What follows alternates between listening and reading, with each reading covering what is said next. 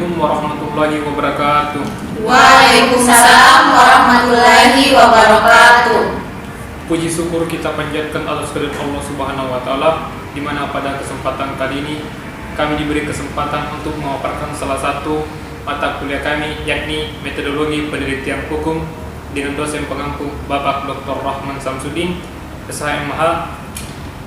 Baiklah, sebelum masuk ke pemaparan materi, kami akan memperkenalkan diri.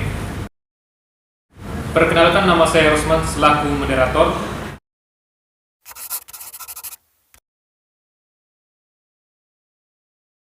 Selanjutnya, Saya atas nama Yulfi Ramadhani.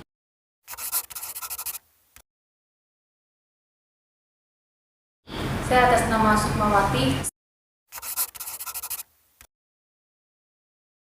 Saya atas nama Anissa Rahayu.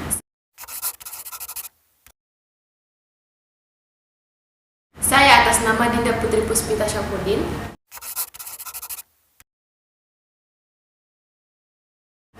itulah tadi perkenalan nama dari kelompok kami. Selanjutnya, saya persilakan kepada Saudara Yulfi Ramadhani untuk memaparkan materi dari kelompok kami, yakni metode ilmiah. Saya persilakan dengan hormat. Terima kasih kepada Saudara Rusman. Langsung saja, yaitu metode ilmiah. Manusia sebagai makhluk Tuhan yang selalu menghadapi berbagai masalah dan upaya penyelesaiannya sangat bergantung pada tekad dan kesanggupan manusia untuk memecahkan masalah yang kompleks dalam kehidupannya. Penelitian memang peranan penting dalam membantu manusia untuk memperoleh pengetahuan baru dalam memecahkan masalah, di samping akan menambah ragam pengetahuan lama.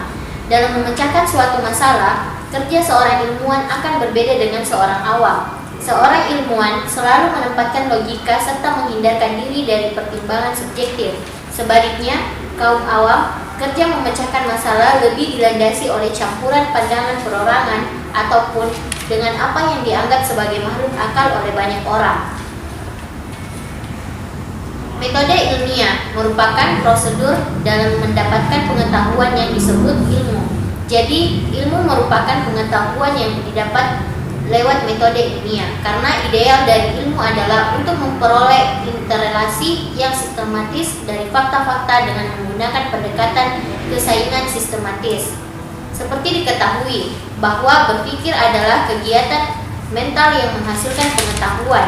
Dengan cara bekerja seperti ini, maka pengetahuan yang dihasilkan diharapkan mempunyai karakteristik tertentu yang diminta oleh pengetahuan ilmiah, yakni rasional dan teriji yang memungkinkan tubuh pengetahuan yang disusunnya merupakan pengetahuan yang dapat diandalkan.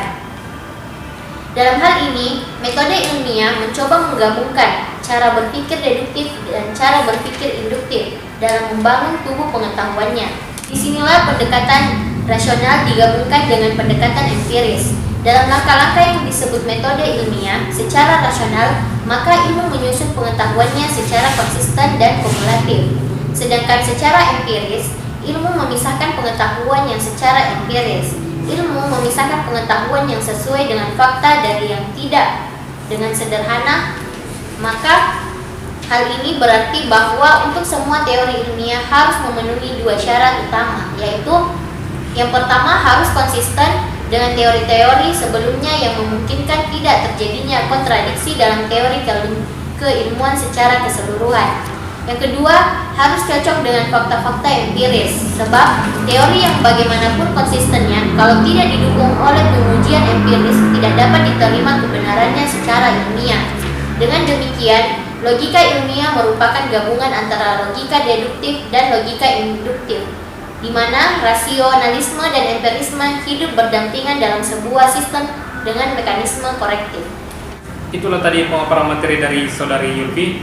Selanjutnya, saya persilakan kepada Saudari Sukmawati untuk memaparkan materi, yaitu kriteria metode ilmiah. Saya persilakan dengan hormat. B. Kriteria metode ilmiah. Metode yang digunakan dalam suatu penelitian disebut dengan metode ilmiah. Maka yang harus memiliki 6 jumlah kriteria. Yang pertama, berdasarkan fakta.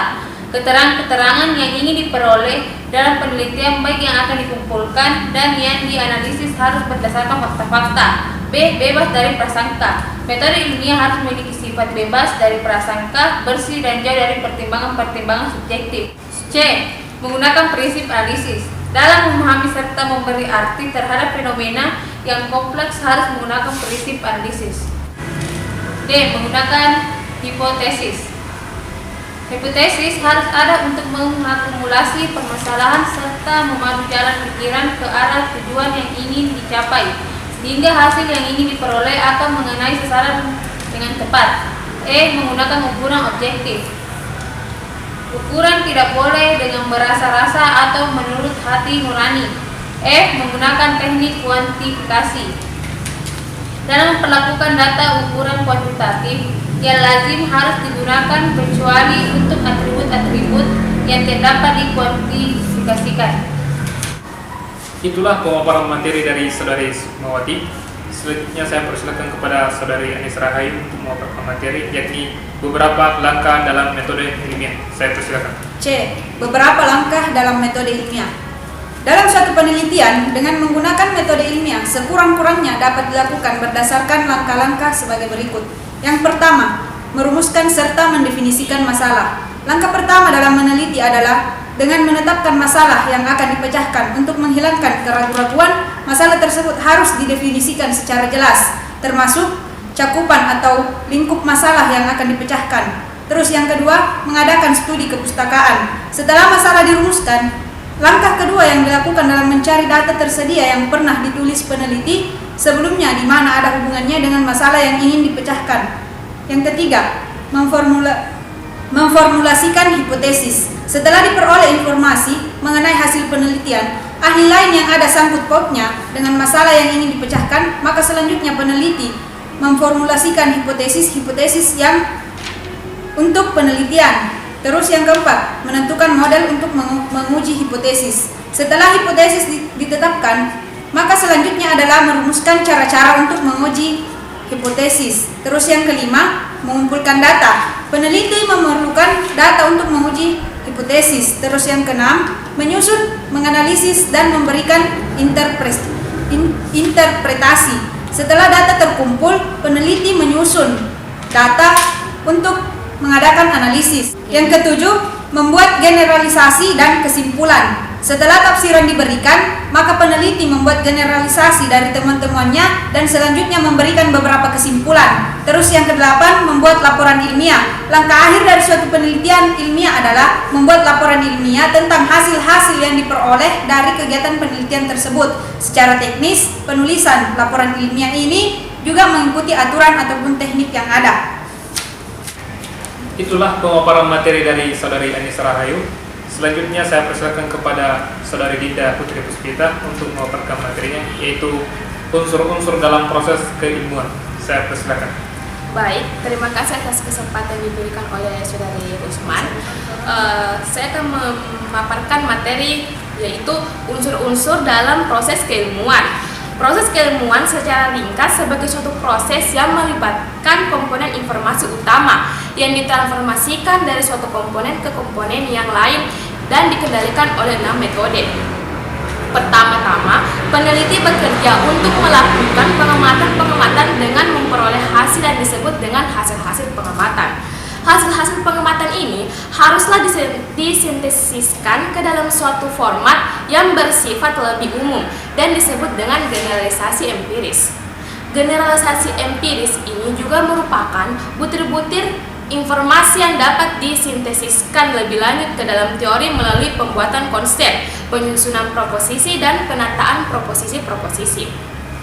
Penyusunan suatu tipe informasi yang paling bernilai umum dan abstrak dapatlah ditransformasikan lebih lanjut ke dalam sejumlah hipotesis baru melalui metode logika yang disebut dengan deduksi. Hipotesis-hipotesis ini agar dapat dimanfaatkan lebih lanjut haruslah terlebih dahulu dibenahi menjadi hipotesis empiris. Adapun hipotesis empiris adalah suatu butiran-butiran informasi yang dapat ditransformasikan ke dalam sejumlah hasil observasi melalui penafsiran ke dalam konsep-konsep yang bersifat profesional. Selanjutnya, dalam proses pendekatan ilmiah tersebut berlaku beberapa asumsi dan batasan-batasan sebagai berikut. Yang pertama, terdapatnya keteraturan dan urutan dalam proses kejadian dalam kenyataan. Yang kedua, terjadinya suatu kejadian yang selalu ada kaitannya dengan dan tergantung dari kejadian lain yang mendahulunya. Yang ketiga, adanya kontinuitas dalam proses penelitian. Dan yang keempat, pengetahuan yang didapat dari penelitian harus dapat dikomunikasikan. Itulah pemaparan materi dari kelompok kami. Dan adapun kesimpulan yang saya dapat ambil dari pemaparan materi tadi. Metode ilmiah merupakan prosedur dalam mendapatkan pengetahuan yang disebut ilmu. Teori ilmiah harus memenuhi 2 syarat. Pertama yaitu 1. Harus konsisten dengan teori-teori sebelumnya yang memungkinkan tidak terjadinya kontradiksi dalam teori keilmuan secara keseluruhan. Kemudian yang kedua, harus cocok dengan fakta-fakta empiris.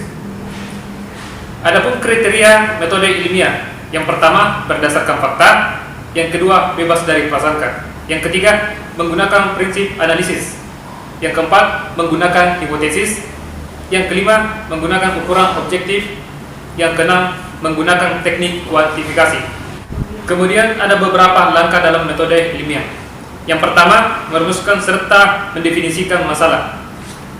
Kemudian yang kedua, mengadakan studi kepustakaan. Yang ketiga, memformulasikan hipotesis. Yang keempat, menentukan model untuk menguji hipotesis. Yang kelima, mengumpulkan data. Yang keenam, menyusun, menganalisis, dan memberikan interpretasi. Kemudian yang ketujuh, membuat generalisasi dan kesimpulan. Kemudian yang kedelapan, membuat laporan. Adapun unsur-unsur dalam proses keilmuan yang dapat saya ambil yaitu pertama-tama orang peneliti bekerja untuk melakukan pengamatan-pengamatan dengan memperoleh hasil yang disebut dengan hasil-hasil pengamatan. Kemudian yang kedua, pada tahap berikutnya, generasi empiris ini juga merupakan butir-butir informasi yang dapat disintesiskan lebih lanjut.